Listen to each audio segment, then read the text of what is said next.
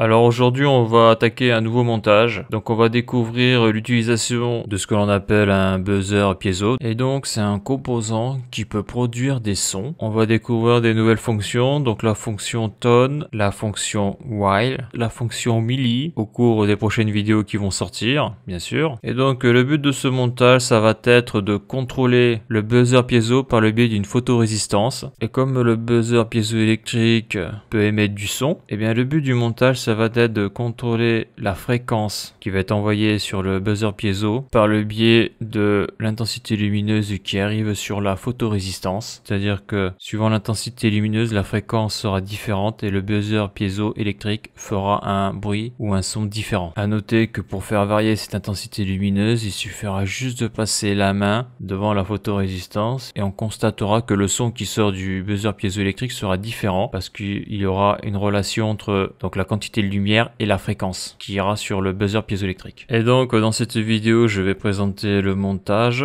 c'est-à-dire je vais montrer le câblage et après je vais présenter le schéma électrique pour pouvoir faire ce montage là. À noter que pour suivre cette vidéo et les vidéos suivantes, il faut avoir déjà regardé les vidéos précédentes car ça va se complexifier un petit peu au niveau de la programmation car on va voir notre premier petit algorithme, mais ça on verra ça le moment venu.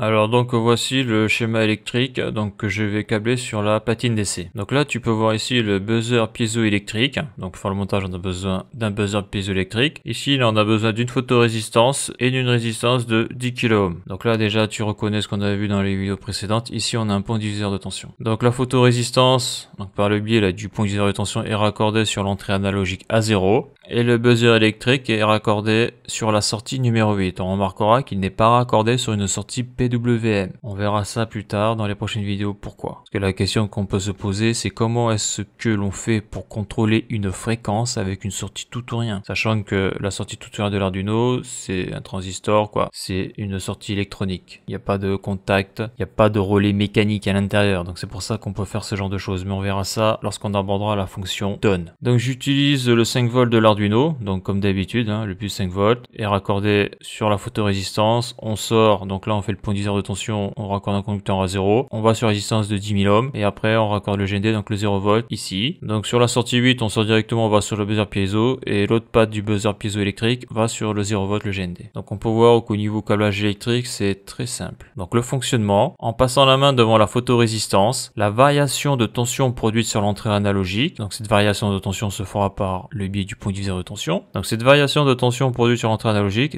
déterminera la fréquence du son à produire dans le buzzer piezoélectrique. Donc suivant l'intensité lumineuse exposée sur le capteur de la photorésistance, la fréquence variera. Note, avec un buzzer piezo, on peut reproduire le son du code Morse. Donc je dis ça parce qu'il y en a qui ont réussi à faire un programme pour produire du Morse, qui est un langage de communication sur de très longues distances avec des puissances d'émission en watts qui peuvent être extrêmement faibles.